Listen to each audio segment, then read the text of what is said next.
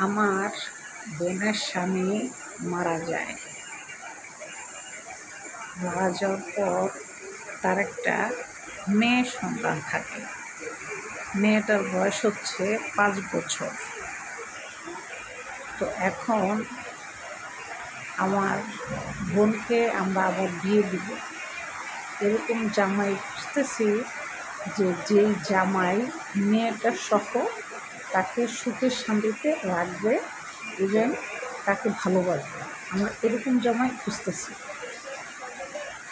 এখন যেই ছেলে আমার বোনকে বিয়ে করবে সে এলাকার মানুষের কাছে আগেই খোঁজ নিয়ে জানছে যে আমার বোনের একটা মেয়ে সন্তান আছে।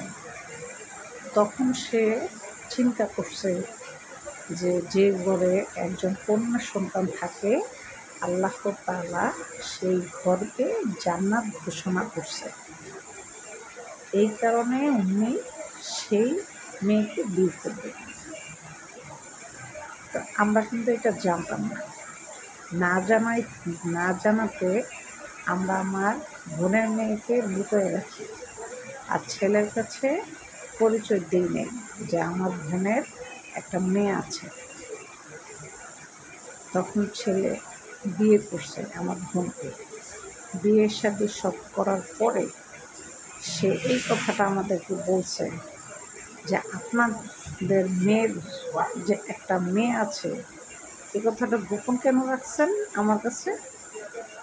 আমি তো এই কথা বিয়ের আগেই জানি। আমি তো যাই না শুই নাই বিয়েটা করছি। এই জন্যই বিয়ে করছি কারণ আল্লাহ তাআলা বলছে যেই ঘরে কন্যা সন্তান আছে সেই ঘরকে আল্লাহ জান্নাত ঘোষণা করছে। তাহলে আমার সেই জান্নাতটা কই? যে জান্নাতের জন্য আমি বিয়ে করছি ওই জান্নাত কই? নিয়ে আসেন আপনারা। পরে আমার সেই বোনের মেয়েকে নিয়ে আসে। নিয়ে আসার পর নতুন জামাই এই বাবুটাকে সে কোলে নিছে। কোলে নিয়ে 2 গালে 2 চুমা দিয়ে বলছে যে কাল হাসরের ময়দানে তুমি আমাকে বাবা স্বীকার করবা। আমার বোনের মেয়েকে প্রশ্ন করছে। আমার বোনের মেয়ে উত্তর দিছে, হ্যাঁ বাবা, কাল হাসরের ময়দানে আমি তোমাকে বাবা পরিচয় দিব। কারণ তুমি যেহেতু দুনিয়াতে আমাকে জান্নাত হিসাবে গ্রহণ করছো, কাল হাসরের ময়দানে আমি অবশ্যই তোমাকে বাবা হিসাবে পরিচয় দেব। এটা হচ্ছে আমার কর্তব্য। তখন এই কথা শুনে আমার বাবা মা, আমার বোন সবাই কান্নায় একদম অঝরে চোখ ভাসায় ফেলায় যে এখনকার যুগে এরকম মহৎ মানুষ আছে, এটা বিশ্বাস আসলে করা যাচ্ছে না। তো তারপরে আমরা সেই বোনের মেয়েটাকে নিয়ে আর আমার বোনকে নিয়ে বরযাত্রী চলে যায়। তারা মন থেকে আমার বোনকে মেনে নেয়। আর তাদের কথা হয়েছে তারা কন্যা সন্তানকে দেখি তারা মেয়েকে বিয়ে করার জন্য রাজি হয়েছে, আমার বোনকে বিয়ে করার জন্য রাজি হয়েছে। কারণ যখন শুনছে একটা কন্যা সন্তান আছে আমার বোনের ঘরে, তখন ওই লোকটা আমার বোনের কথাটা যাই না শুই নাই উনি বিয়ে করার জন্য আসছে। কিন্তু আমরা আসলে ভয় পেয়ে গেছিলাম। আমরা ভাবছিলাম যে যদি শুনে যে মেয়ে আছে হয়তো বিয়ে উনি নাও করতে পারে, এটা আমরা ভাবছিলাম। কারণ ছিল অনেক বড় লোকের ঘরে, এই জন্য দেখতে অনেক হ্যান্ডসাম, খুব সুন্দর, উঁচা লম্বা। আর আমার বোনের যে স্বামী মারা যায় সেটা অ্যাক্সিডেন্টে মারা গেছে, গাড়ি অ্যাক্সিডেন্ট মারা গেছে। মেয়ের বয়স 5 বছর, বুঝেনি তো, অল্প বয়সে স্বামী হারা।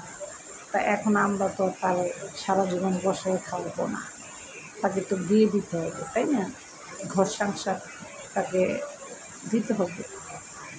সে তো আর এভাবে রাজকুমারী থাকবে না। তখন আমরা এই ছেলের সন্ধান পাই ঘটকের মাধ্যমে। পাওয়ার পর আমরা বিয়ে দেওয়ার জন্য রাজি হই। কিন্তু আমরা কেউ এই কথাটা জানাই নাই যে আমার বোনের একটা মেয়ে আছে। কিন্তু ছেলে সবার কাছে শুই না খুব খুশি হয়েছে যে একটা কন্যা সন্তান আছে, যেহেতু এই মেয়ের, তাহলে আমি এই মেয়েকে বিয়ে করব। কারণ আল্লাহ বলছে যেই ঘরে কন্যা সন্তান আছে সেই ঘরকে আল্লাহ জান্নাত ঘোষণা করছে। সে এই কারণে আমার বোনকে বিয়ে করার জন্য রাজি হয়েছে। অথচ আমরা মনে করছি মেয়ের কথার সঙ্গে ছেলে আমার বোনকে বিয়ে করবে না। কিন্তু আমার বোন কিন্তু আমার দেখতে অনেক সুন্দর, ঠিক আছে। তো তারপরে ছেলে বিয়ে করে আমার বোনকে আর বোনের মেয়েকে নিয়ে বরযাত্রী চলে যায়। যাওয়ার পর সুখে শান্তিতে তারা বসবাস করে। তারপরে তাদের ঘরে আবার একটা খুব সুন্দর ফুটফুটে কন্যা সন্তান হয়েছে, ঠিক আমার বোনের মতো সুন্দর হয়েছে, কিন্তু দেখতে হয়েছে বাবার মতো। এখন উনি তো মহা খুশি, ওনার 2টা রাজকন্যা আল্লাহ দিছে ওনাকে, উনি তো অনেক খুশি, ঠিক আছে। এই জন্য সবাইকে বলি যেন সবাই ঘরে আল্লাহ তাআলা এরকম পুরুষ মানুষ ঘরে ঘরে যেন হয়। আল্লাহর কাছে এই দোয়াটা আমি সবসময় করি। আসলে এটা ভাগ্যের ব্যাপার, সবার ভাগে এই সুখটা জুটে না, ঠিক আছে। যেটা আমার বোনের কপালে জুটছে। তো সুখে শান্তিতে ঘর সংসার করতেছে, তারা সবাই রাজি হচ্ছে। এখন আমার বোন অনেক সুখে আছে, অনেক শান্তিতে আছে। ওনার কথা হচ্ছে উনি আমার বোনের মেয়েকে দেখেই বিয়ে করছে। আমার বোন মূলত রিজন না, মূলত রিজন হচ্ছে ওই যে মেয়ে আছে আমার বোনের, এই জন্য উনি বিয়ে করছে। কারণ ওই যে উনি শুনছে যার ঘরে একটা মেয়ে আছে ওই ঘরকে আল্লাহ জান্নাত ঘোষণা করছে, উনি শুনছে, এই জন্য উনি আমার বোনকে বিয়ে করার জন্য রাজি হয়েছে, আর কিছু না। আমরা তো ভয় পেয়ে গেছিলাম যে বড় লোকের ছেলে বিয়ে নাও হতে পারে আমার বোনকে, যদি এটা জানাই যে আমার বোনের মেয়ে আছে। আমার বোনের এখন বাবুর যত খরচ, পড়াশোনার এভরিথিং, যা কিছু সব কিছুর খরচ বহন করে উনি। ইভেন ওনার যে মেয়ে হয়েছে ওই মেয়েকে আর আমার বোনের মেয়েকে উনি সবসময় এক নজরে দেখে, 2 নজরে দেখে না, সবসময় এক নজরে দেখেন।